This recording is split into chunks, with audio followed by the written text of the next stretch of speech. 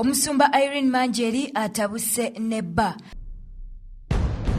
Pastor John BUNJO avuddeyo n'alabula omukulembeze w'eggwanga lyattu Uganda, President Yoweri Kaguta Museveni nti ennaku ze ziweddeyo.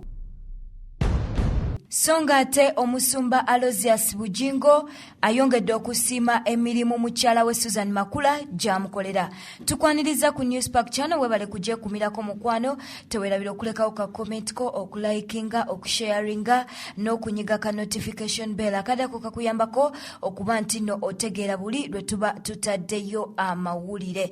Tuba tukuletera amawulire okuva mu ggwanga ne wabweru w'eggwanga lyattu Uganda era nga tulakkalira mangi ge tukuletedde olunaku olwaleero.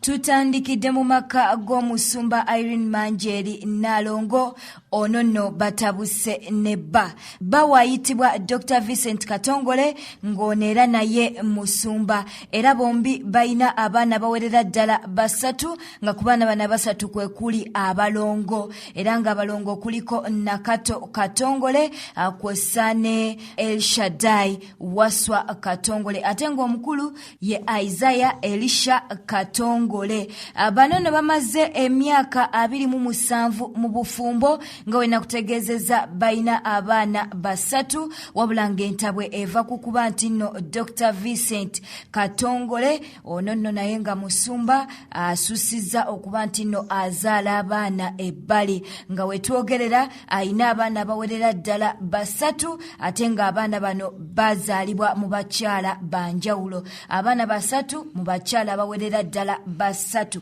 Pastor Irene Manjeri no kino kimuwaliriza okuba nti no avaayo n'agamba nti akooye ejjogo ly'omwami we atayinza kubanga bakyali bafumbo ate nga ayenduukuluza azaala abaana ebbali ate n'abaleeta nga yabalabirira abaana basatu mu bakyala basatu. Agambye nti bino tagenda kubeera nga abigumiikiriza olw'ensonga eyo avuddeyo n'ategeeza nga bw'akooye okujoogebwa. Omwami wa Irene Manjeri ono bambi abadde tabeera nnyo mu mawulire waddenga naye musumba. Tujja kwongera okuba nti no tukuleetera bye tunaaba tufunyewo wekkumire ku Newspark channel. Eyo nga tuvudde omusumba Aloysius Bujingo akubye abagoberezi be ebibajjo bya laavu bw'atendereza Suzan Makula okumufaako n'okumukyusa mu byennyambala. Bwe yabadde ku katuuti olunaku olw'eggulo ng'ali mu njiri eya Sunday service yavuddeyo n'agamba nti no Suzan Makula omulimu gwakola gw'amaanyi nnyo nga n'olwekyo amukyusizza mu byennyambala. Ono agambye nti yabadde agenda kujja ku kituuti nga yambadde ka bascot kw'ossa ne kooti naye nga tataddeeko ttaayi naye mukyala we Suzan Makula ye yamubuulidde era n'amutegeeza nti bwe tudda mu byennyambala omuntu bw'aba ayambadde ka bascot kw'ossa ne kooti ayina okuteekerako ettaayi. Katufune Pastor Aloysius Bujingo naawe omwewulireko ng'atendereza omulimu Suzan Makula gwamukolera. Kati nze olwaleero kambasese naze ne kooti eno ng'eri kuhanga nga munda muyo mulimu ne kavasi kooti ebintu ebisinga obungi ne mukubiyiga buyizi era bwe nyambadde esoose kavasi kooti nenteekako ekooti mpulidde kumbaka mukono nga sinaba batuukako wali mu mmotoka we nyambalidde nanga daddi sooka okomewo nenzira emabega naŋŋamba tebambalira vasi kooti ku kooti etali mu ttaayi ate nga bamumanyi nti nereega nnyo nga nsaba. Kati nze omu ku bantu abataagala ttaayi kubanga ensiba obulago ebisuwa giba gyereega era bw'aŋŋambye siwakanyeemu naaka nzize buzimabega mu magezi nga nzijako ekooti nga nzijamu kavasi kooti nga nzizaako ekooti kati mwe ne mundaba nga ninga abitegeera ennyo kubira mukama engalo ez'amaanyi obanga amagezi gaze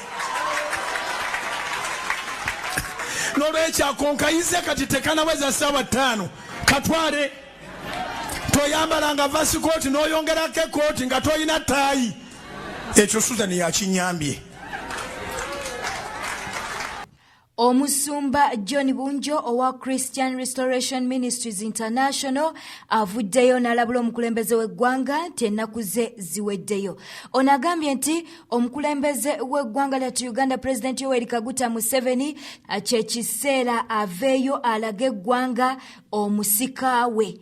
Era n'ategeezezza nga generation ey'abantu abakadde bwegenze ng'eggwaako nga n'olwekyo kisaanidde okuba nti ne generation empya oba abaana abato nabo baweebwa omukisa okubeera nga bafuga eggwanga.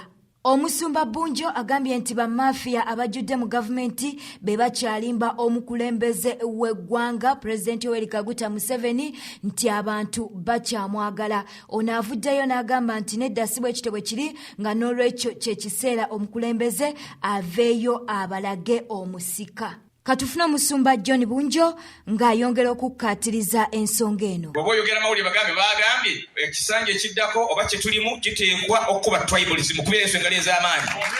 Zikube nga zikuba bakutunuzeemu ne kamera nga bw'olaba gamba nti amiina. We must fight, and tribalism is not even in government only. It is even everywhere, district. Everywhere. That's why our children are going, because the jobs that would have been given to the people who are educated is given to somebody, a Samia, because a Samia is the district leader. But we are independence nga tuli wamu. Nze ndi Muganda. Obuganda si bwe government.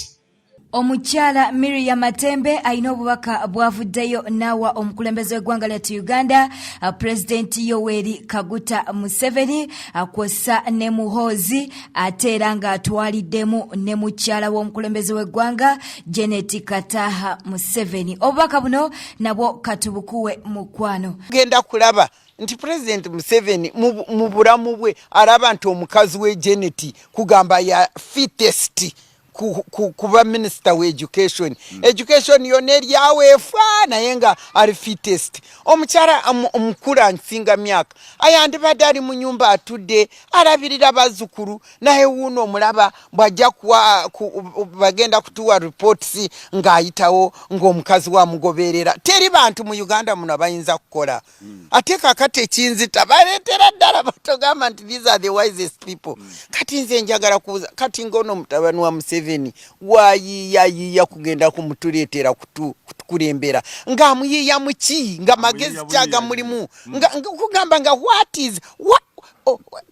bwe mulaba abalala oluusi twagala kufa naye katonda nze nsaba katonda banange atujjukire tucrossing kubanga ekyo kintu kyonna kya busulu ekyokuleeta famire yonna simanyani mukoyani simanyi mulamu we bwaliyo n'abalamu timbamanyi bali ba ministers kati nga Mukyama Tembe with all my knowledge and ability and capacity nga bankasuka wali nga baleeta ng'obwo simanyi ono omulamu ono nga bamu Uganda kati yandibadde eyo nga tuvuddeyo tugenzeeko ewa Nnaalongodde Zella bambi amawulire agavaayo si malungi getufuna no ku News Park Channel taata we oba taata wa Nnaalongodde Zella bambi embeera gy'alimu eyungula amaziga olw'ekirwadde ekyatawaanyizibwa ono nno atawaanyizibwa ekirwadde eky'omutima. Nnaalongodde Zella ng'ayita ku mukutu gwe ogwa Facebook avuddeyo n'ategeeza nti taata we omwaka oguwedde yatwalibwa mu ddwaliro lya Case Clinic nga lino lisangibwa Nairobi era n'abanga ajjanjabibwa. Ono nno yamalayo weeks eziwerera ddala 2 n'atandika okuba nti atereramuko kwe kuddizibwa ewaka. Wabula Zella avuddeyo ku mukutu gwe nga bwe nkutegeezezza n'agamba nti ekirwadde bambi kyazzeemu era nga taata we Yetaga Saala n'agamba nti mwena abali ku mutimbagano bw'aba tasobodde kubaddamu amutegere nti agezaako kujjanjaba taata we ali mu ddwaliro. Yeyo post mukwano nga wogiraba twongere okusabira taata wa Nnaalongodde Zella bambi asobole okuba nti atererera ddala. Bwete bwetambudde obadde mulabi mulungi webale kwekumira ku News Park Channel waliwo ka notification bell akadako okanyigako mukwano nobeera nga osobola okufuna notification bwe tuba tutaddeyo video. Webale kwekumira ku mukutu guno mukwano bwe gubanga gwe mulundi gwo ogusoose teweerabira kuba nti no osubscribinga ku YouTube YouTube channel yaffe. Ate gwe ya subscribing edda naye nga buli wolaba notification ojja nolaba amawulire gaffe. Tukwebaza era tukwagala nnyo mukwano. Mukama kutuwere kyosinga okuba nti no oyagala. Beera bulungi, weeraba.